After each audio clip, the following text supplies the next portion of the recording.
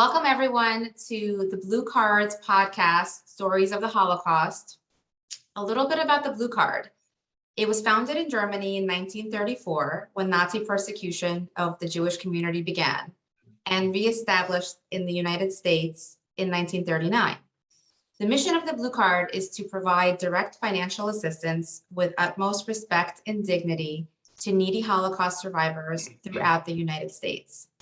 The Blue Card currently supports nearly 3,000 Holocaust survivor households in over 35 states through its core programs. Financial assistance is available on a monthly basis for most basic needs, as well as for emergencies, such as medical and dental care, special equipment, rent, and utility shutoffs. To deliver these services and programs, the Blue Card works with a network of social service agencies and Jewish organizations who refer and help us to locate Holocaust survivors in need. The Blue Card staff work with referring agencies to verify status of individuals seeking aid and collecting feedback from referring agencies to evaluate programs and identify emerging needs. Of the approximately 75,000 Holocaust survivors living in the United States, 1/3 live below the poverty level, a staggering figure. Today, these survivors are more than 76 years of age. Their ages range up to 106 years old. The majority of the current survivor population have been children under 13 when Germany invaded. Half of the survivors live in the New York metro area, and the others are concentrated in Miami, Los Angeles, Chicago, Ohio, Florida, and more than 30% live below the poverty level. The aging process of Holocaust survivors is different from the general elderly population due to the trauma they experienced in their formative years. The Blue Card's clients, 78% have difficulty performing daily activities such as dressing, washing, and cooking. 77% are women. 67% cannot leave their homes without assistance. The Blue Card's life-saving programs were carefully designed to assist Holocaust survivors to make sure all needs are met. The organization constantly evolves and educates ourselves on all matters pertaining to the elderly community to best serve their needs. The Blue Card is a trusted agency with a strong service and operational performance history. The Blue Card receives a consistent 4-star rating from Charity Navigator, America's largest and most utilized independent evaluator of charities. We are recognized by the Best in America Seal of Excellence from the Independent Charities of America. Furthermore, we are certified by the Better Business Bureau as having met all BBB standards and have been awarded the BBB Charitable Giving Alliance seal, as well as being named as one of the best Jewish charities since 2012. Without further ado, I am so pleased to introduce our first guest to our podcast. We have the incredible story of Laszlo Adler, who portrays resilience in the experience he endured and coming to America and reinventing himself and being the best that he can be and showing future generations and continuing to share his story and inspire us along the way. So thank you, Laszlo. It's such a pleasure to meet you. And thank you for joining our first podcast of the Blue Card Stories of the Holocaust. It is an honor to meet you, and we have so much to discuss. I want to give an introduction, of course, to Laszlo. So Laszlo Adler is a native of Debrecen, Hungary. He and his wife, Vera, were married in Toronto, Canada in 1963. They reside in San Key, Florida, and also in Paris, France. And their story is a story of survival, of struggle, and then of an act two in America. And Laszlo is the epitome of a family man and a dedicated, dedicated contributor to society who has authored a number of books. So we have the books here with us. So one of them was incredible to read. It's Honor the Past and Build the Future. And another talks about the travels of Laszlo and his wife Vera, and it's called Windows to the World, Tales and Tastes from Our Travels. And the first book really details their Holocaust experience, and there's so much history there.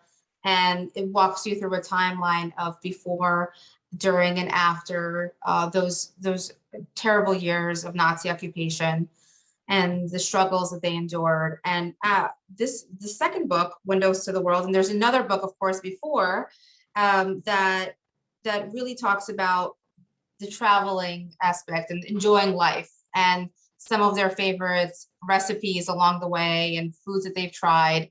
And I highly recommend both to our readers, and and to our listeners, and we will include the links herewith. So let's jump right in. Laszlo, thank you so much for joining us today.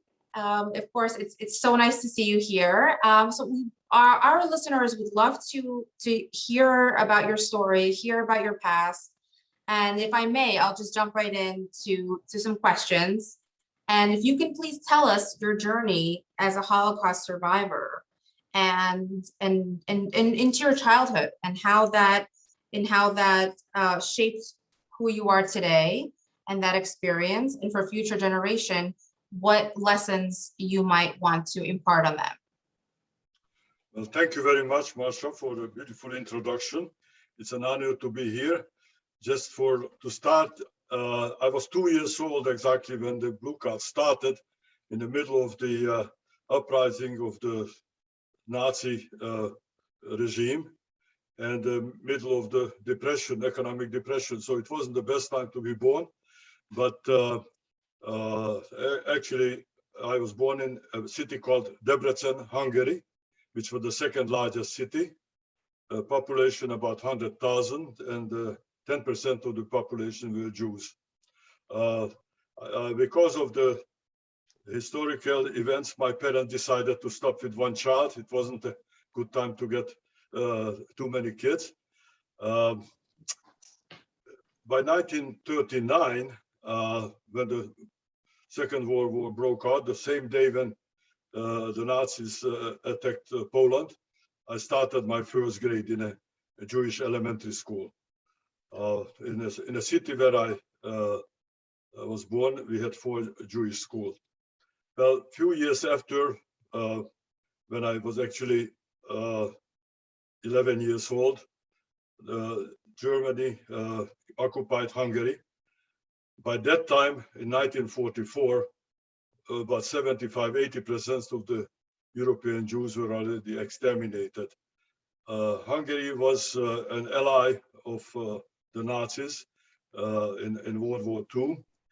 And because of that, Germany did not occupy Hungary until 1944, March.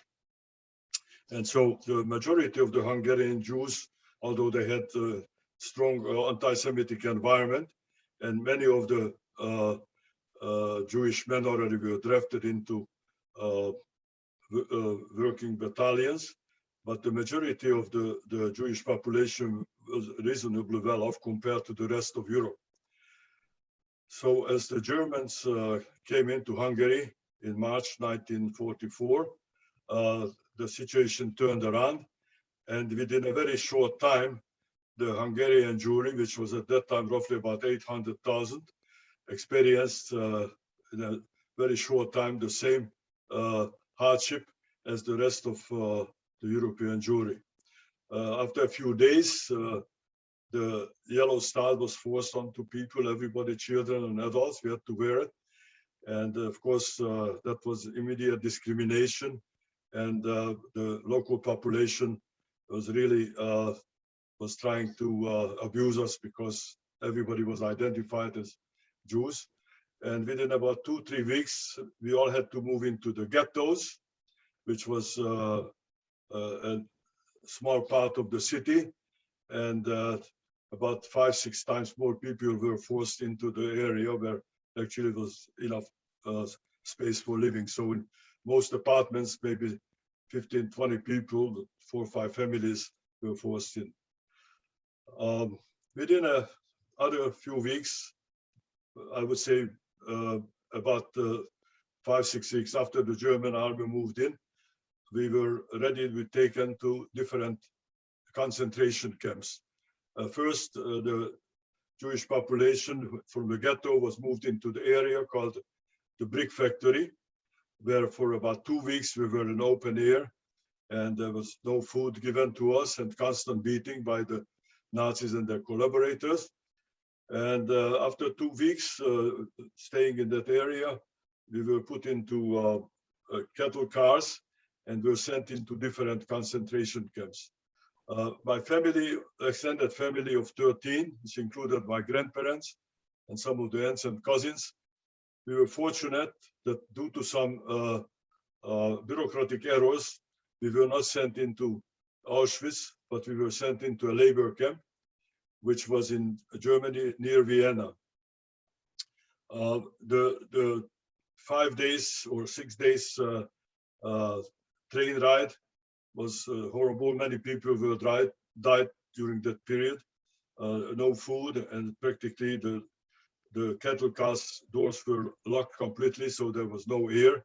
We didn't get any water, and many people lost their mind, and lots of people were hysterical.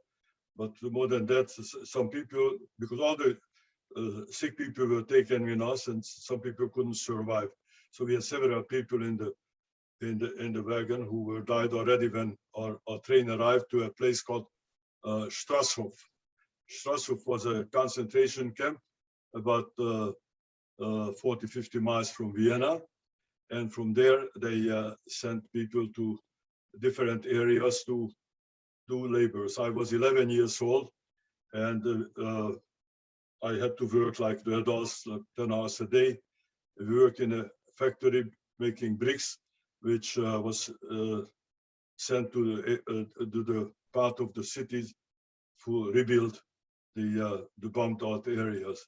We had very low food during that period of time, and there was constant hardship and beating.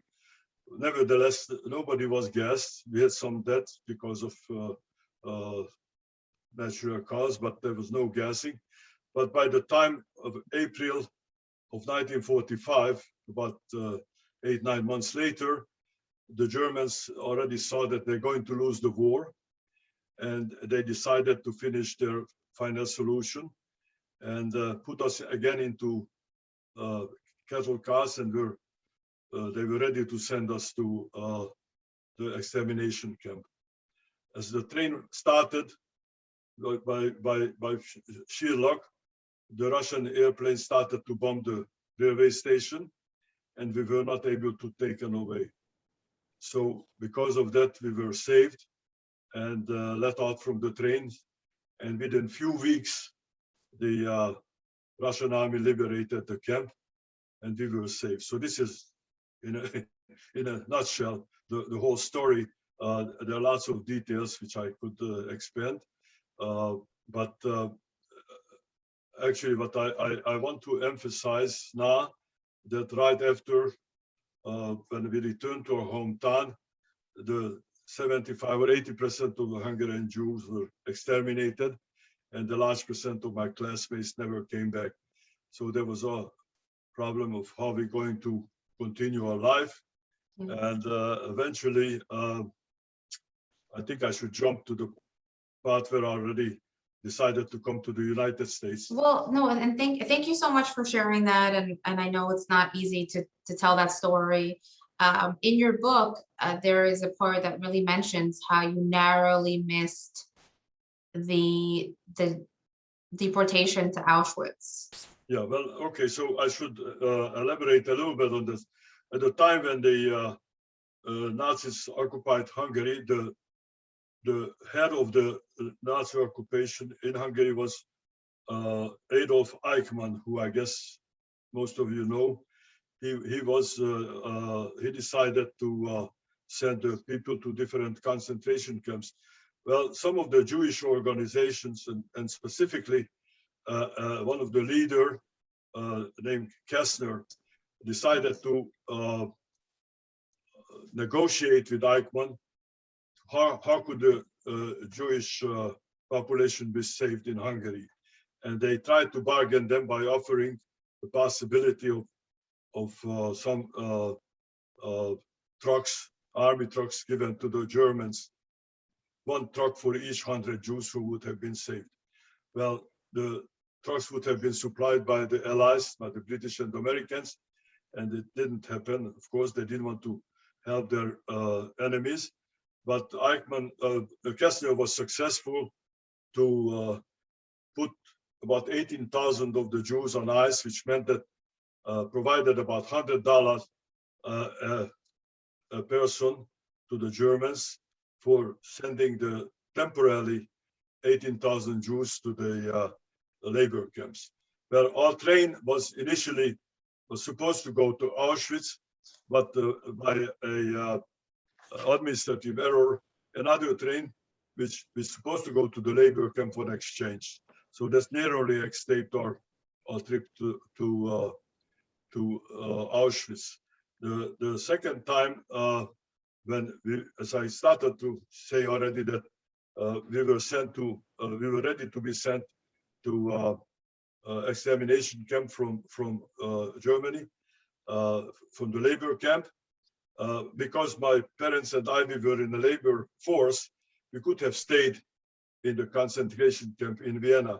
But because my grandparents were old and my cousins were very young, they had to go. And my parents and I, we decided that we're going with them together.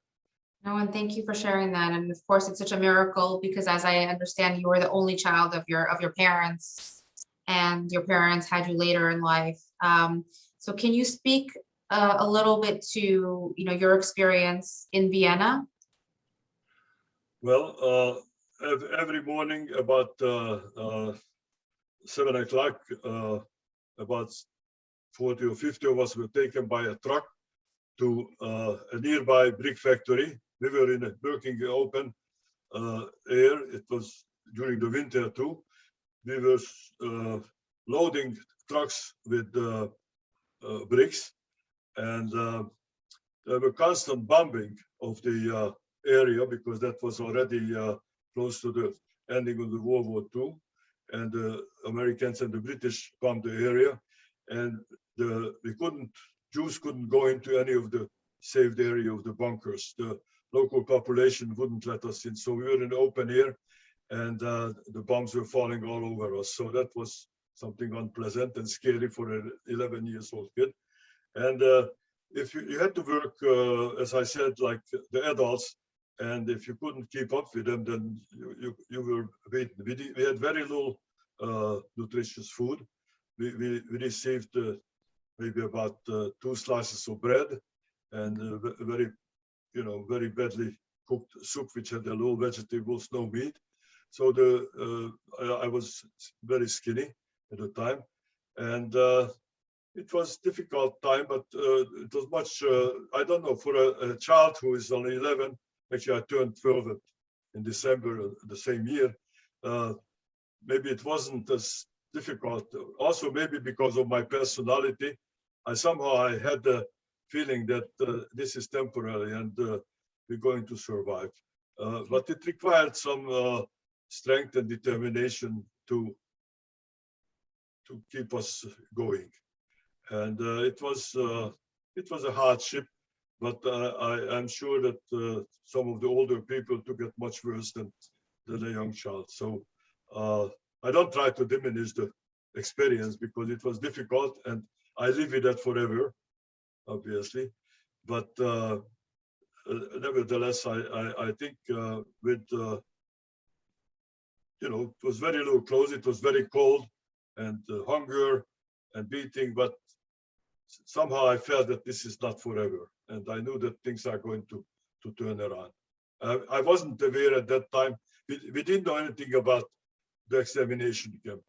It was it was a secret. So we thought that all the other people are in the same boat as us, and I thought that sure, after this is over, I'm going to see my rest of the family and my friends.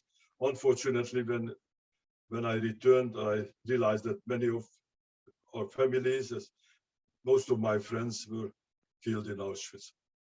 Oh gosh, I mean, I get so emotional just, hearing your story, and it must be difficult to retell it again now. So we thank you so much. And I wanted to ask how your parents took it, and what your parents communicated to you while you were there, and whether they gave you words of encouragement, or they tried to sort of ease or spin the circumstances to you in any way, or they just told it to you how it was.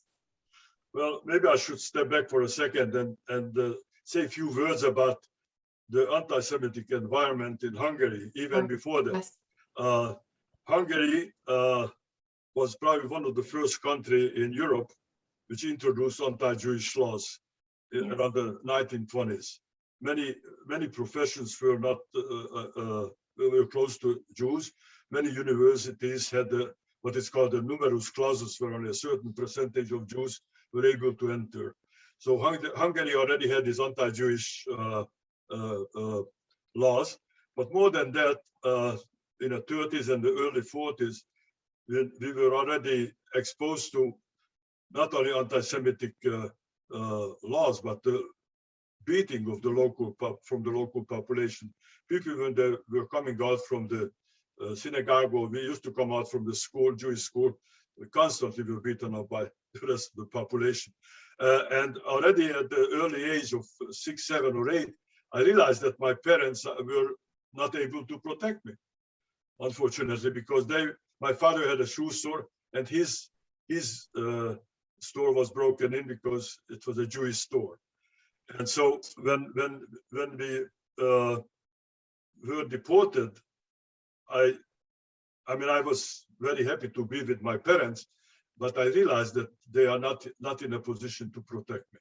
So it is something which, and I am sure that they felt much worse, because how can you feel when you can't protect your own child? But unfortunately, that was all through Europe. The Jewish parents couldn't protect their children. So they tried to help me by giving away some of their own food to me, because they thought that I'm growing, so I need more food. So they did everything they could. I had wonderful parents. I must say that I was very fortunate that my parents probably were the best people. Unfortunately, they both died in the early 50s, probably due to the Holocaust. But anyway, that's all I can say, that I really didn't expect too much from my parents, because early childhood I learned that they are not able to protect me from what is happening. So, and thank you so much. And I think that that really speaks to your personal resilience as being able to protect yourself and choose your circumstances and how you respond to them at any given moment.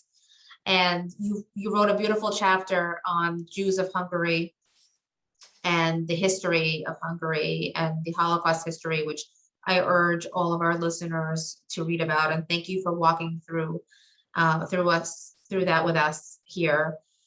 And one of the things you mentioned was that you had a beautiful soprano voice and you used to sing. And did you take any of that singing with you? Did that help you during your time during the Holocaust? And after, do you still sing today? Yes. As a matter of fact, I just mentioned Brian a while ago that a few years ago, I decided to put my autobiography not only in the books, like you see, the 3 books, but I decided to record songs from my early childhood up to date. So I recorded about 85 songs. My soprano is gone. I am between baritone and bass, but I recorded about 85 songs in 15 different languages, which included even the Holocaust. There were some songs, believe it or not, which the people composed during the Holocaust. But anyway, yes, it helped me to sing. Even today, when I'm jogging, I'm singing while I'm jogging. I'm not using any recorded music. I just sing myself. But during the time when we were reported, I think I was constantly trying to remember songs and try to keep singing. Thank you so much. Are there vivid memories that you recall from that time?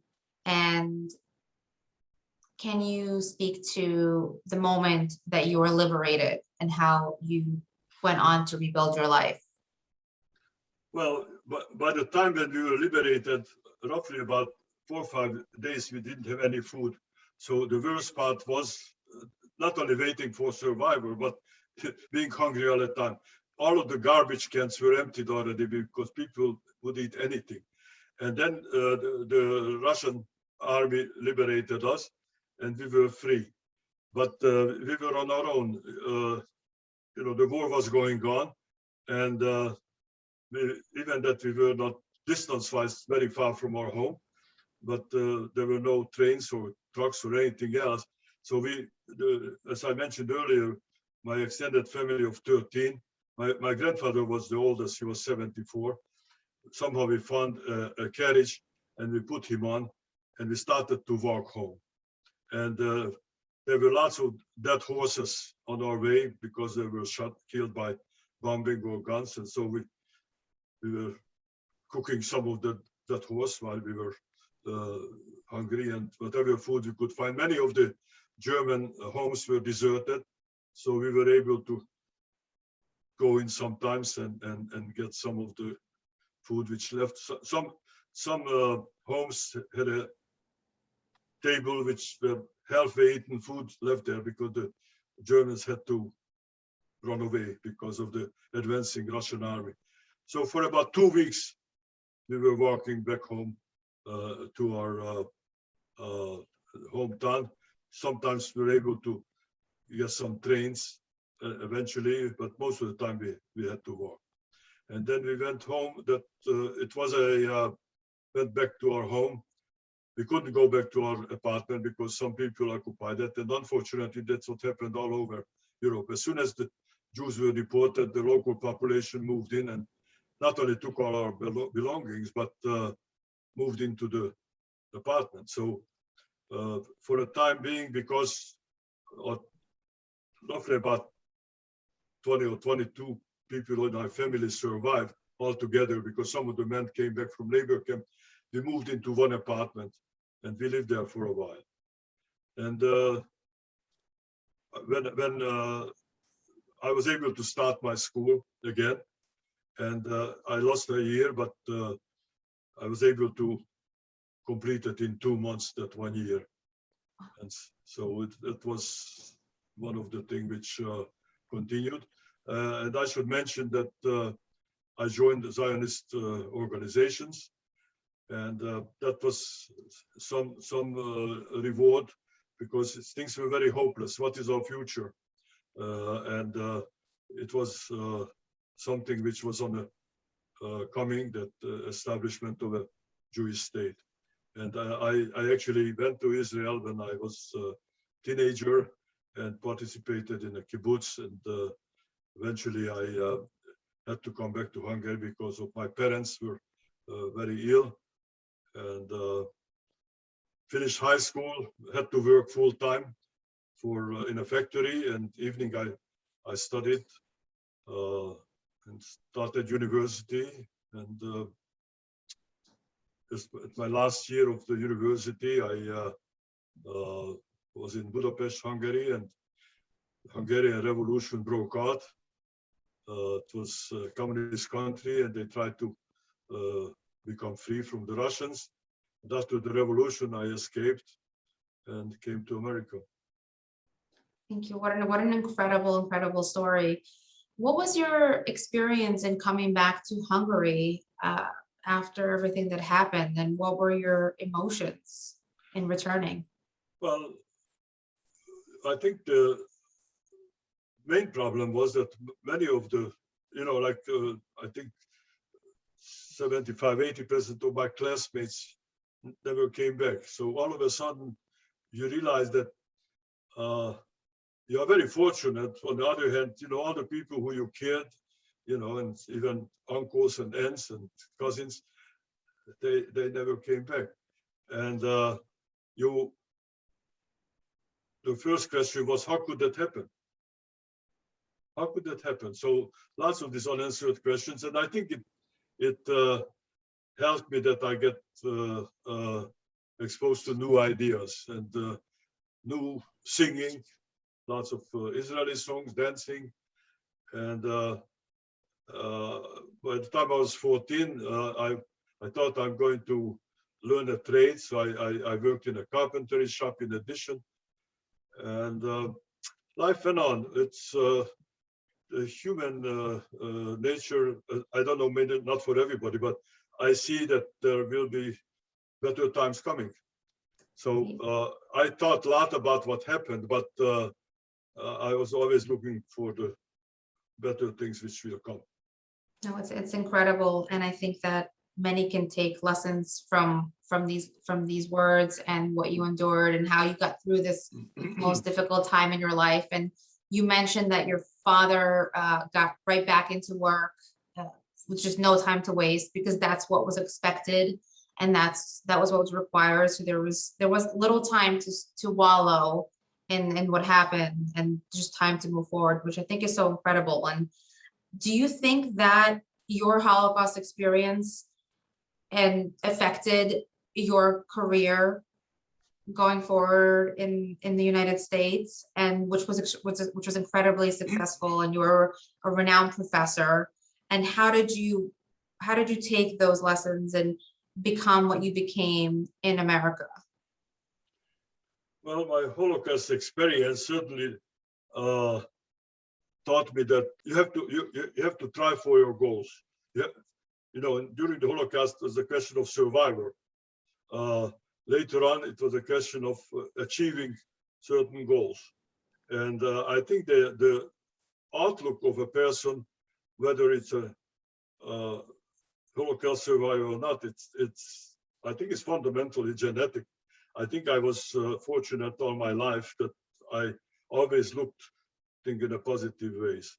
And nevertheless, I felt that it's my duty to contribute to society, not only for myself, but all the people who I knew, and they perished. And I felt that I am fortunate because I survived, but it also gives me the responsibility to, because many of my classmates, they were better students than I was, and they could have contributed much more. So unfortunately, they couldn't. And I felt, and I'm still at that point in my life, that I feel that I have to do things even for those who didn't survive.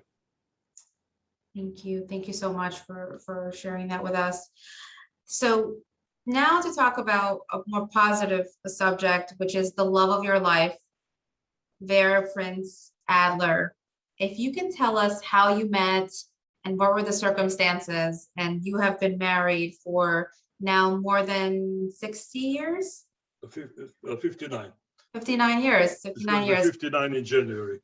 Unbelievable. So if you can speak to us about how you two met and your marriage, and what made you two work as well as you did, our listeners will be delighted to hear it. Well, I already was, a few years after I came to this country, I was teaching in an engineering college, and I had some family in Montreal, and I was driving weekends, which was only 700 miles from the place I lived in Michigan. So at one point, I was in Montreal, and I asked by my family to take a lady back to Toronto. And I took her back to Toronto, and her sister said, okay, I know a lovely girl and I can introduce. It was a blind date. So Vera and I, we met just about we talked a few weeks before Thanksgiving, but actually we met few days before Thanksgiving. I was driving to Toronto to meet her, and I looked at her and I said, okay, that's it. After I met her, immediately I somehow felt that there is some connection. And as a matter of fact, the other day, I should say that, Vera, she told me, if I would have known that you are so great, maybe I would have married you next day. Actually, we waited 6 weeks before we got married. I lived in Michigan, so we didn't have a chance to see each other every day.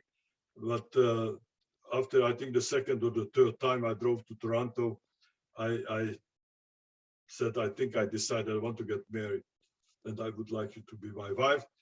And I proposed it to the parents. They were old-fashioned Europeans. And as I said, we met like maybe November 22nd, 23rd, before Thanksgiving. And I suggested to the father that we should get married January 1st. And he said, well, we have no problem, you guys getting married, but maybe it's too early. I said, okay, how about January 6th? And he said, that's better. So we get married January 6th, which was exactly 6 weeks after we met. And I must say that ever since that day, we are very happy. We have 2 children and 3 grandchildren, and we feel very fortunate that we built our life together. And as probably you will come to that point, we started to run together about 50 years ago, and we kept on running every single day for many, many years. And wow. You have been runners for 50 years. Yeah, we started to run in actually exactly 50 years ago. Incredible, unbelievable. And have you run marathons before? Well, first we just started to run for the fun of it. Then we realized that at that time, running wasn't as common as today. As a matter of fact, sometimes, because as you probably pointed out, we traveled a lot. I went to conferences. Very often it happened that once I remember we were jogging along the river in Flemish Belgium, and the car stopped by and says, could I give you a lift? Because they thought that we just, and when we went to Israel, when I was running, people who were working on a construction, they said in Hebrew, Makara, Makara, what happened? They thought there's a war or something, and I'm running away. So at that time, running wasn't so common, but as we continued our running, more and more people ran, and we lived in Tennessee. I was teaching at University of Tennessee, and we participated in races like 5K, 10K, and we realized that, especially Vera was able to bring home lots of trophies, and very often we get placed in races, and we realized we can do better. So by the time we moved to Ohio, where actually I get a position also, we decided that we can train ourselves for the marathon. And let's say it was 1983 when we trained and we participated in the first marathon, and consecutively we ran the marathon in 83, 84, 85. And by 86, we signed up for the New York Marathon. It was very difficult at that time to get in. At those days, only 19,000 people were accepted. So we were fortunate, and that was probably one of the best experience we had. And ran 2 more marathons after in Paris.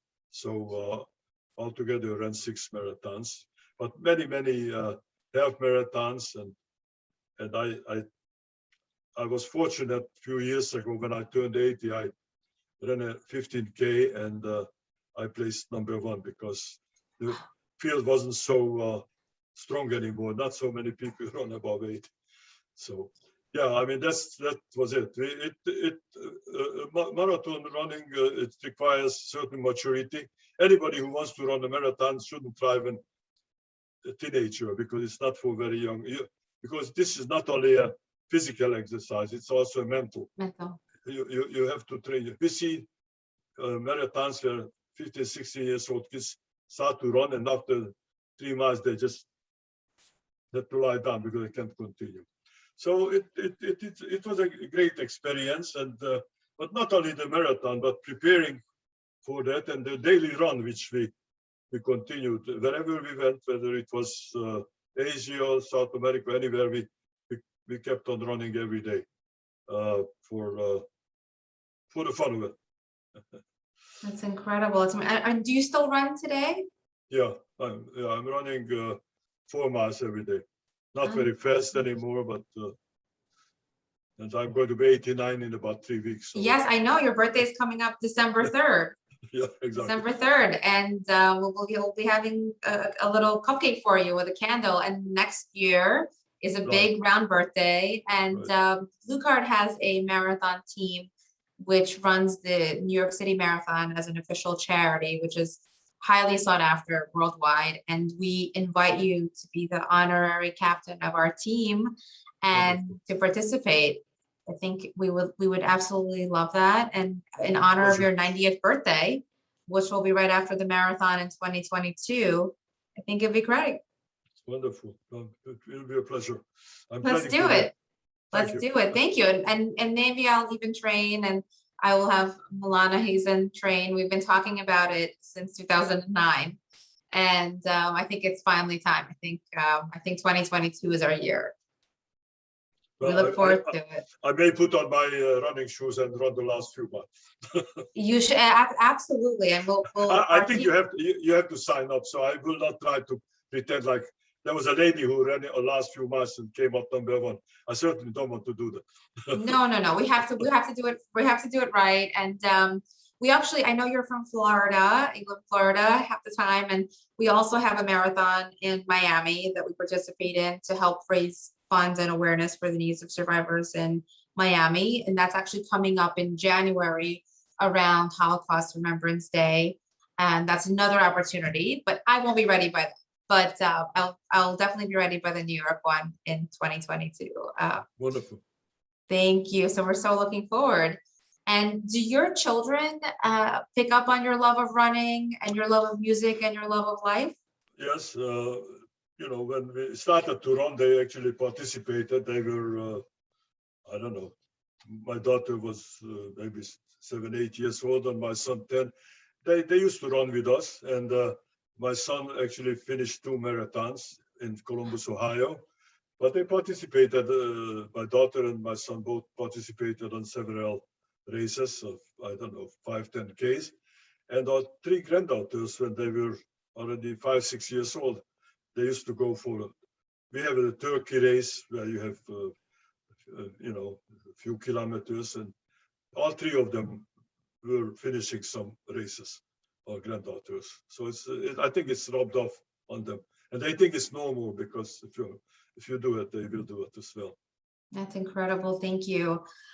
We wanted to ask you, with Kristallnacht upon us, how do you feel today's youth can keep the memories of the Holocaust alive today, and how this generation can play its part in fulfilling the Never Forget pledge?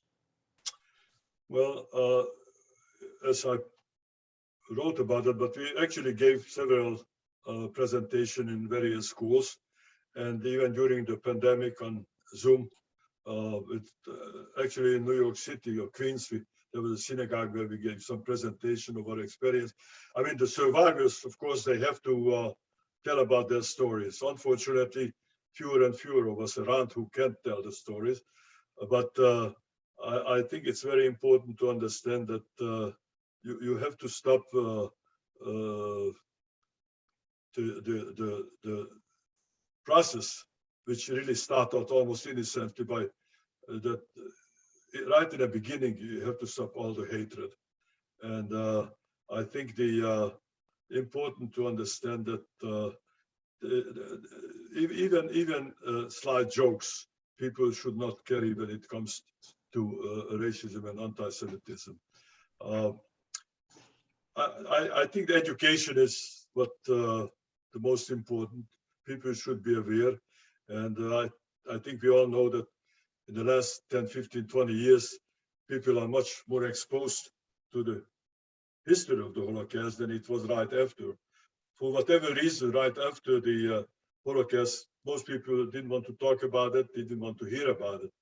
And fortunately, thanks to many organizations who started it, but there are more films and more books and more people who survived, and even the ones who are second or third generation, they constantly talk about it. And I think it's very important to continue that. Absolutely. We couldn't agree more. Have you gone back to your hometown since leaving? Yeah, I went back several times, and fewer of my relatives who were there, I visited them and some friends. Unfortunately, there's not a single person in my hometown who I know anymore. If I go back, I go to the cemetery where my parents and my extended family, my grandparents, and I don't know, probably 20, 25 people are buried. Almost all my family either live in different countries or the older ones are in the cemeteries.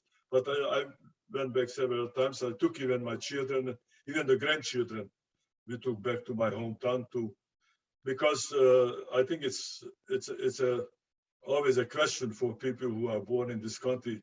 What was it like where my grandparents came? It's actually one of the reasons I'm writing these books, to expose my children and grandchildren so they will know where we came from. So we took them back to my hometown, and they were experienced. They see the school where we attended, and same thing with Vera. We went back to her hometown as well, and the synagogues and the house we lived. It's very important for them to connect. So I went back. It's so important, and I couldn't agree more. I want to thank you for putting out this amazing book, Honor the Past and Build the Future.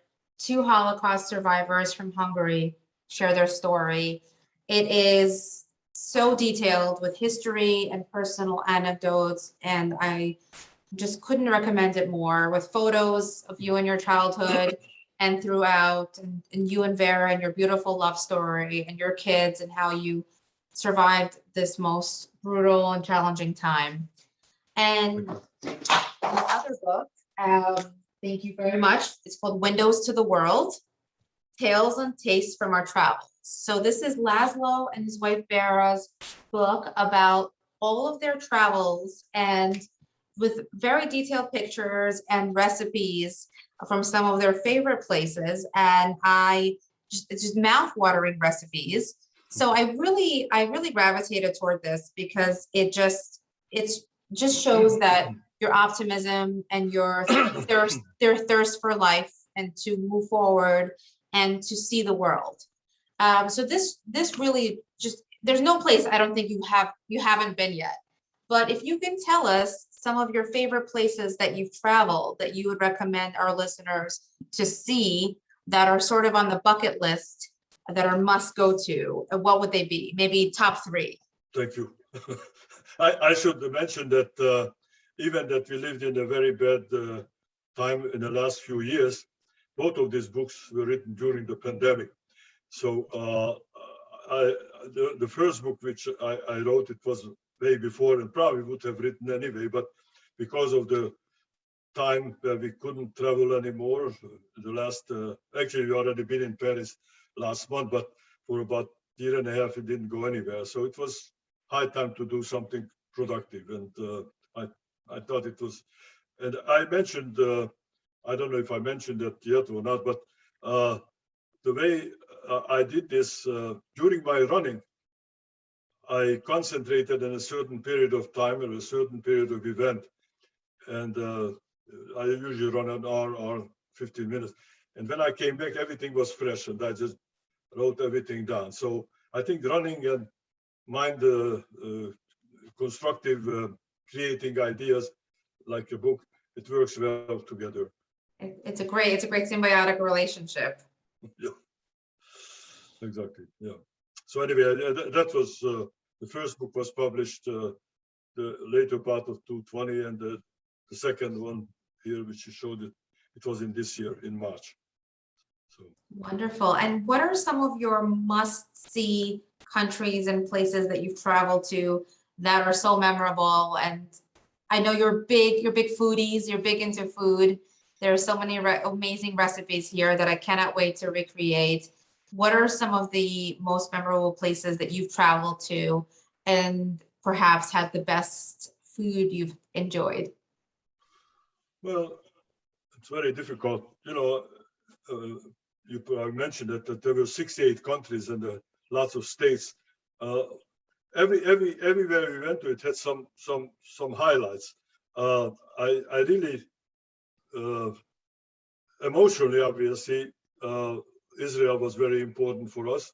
Our granddaughter had her bat mitzvah 2 years ago in Jerusalem. That was a very memorable event.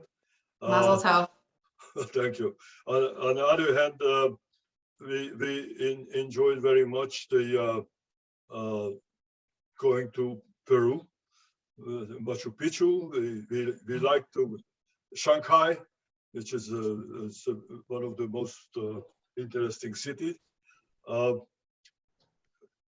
Combining with the running and the Holocaust, one of the highlight of our run was in Berlin.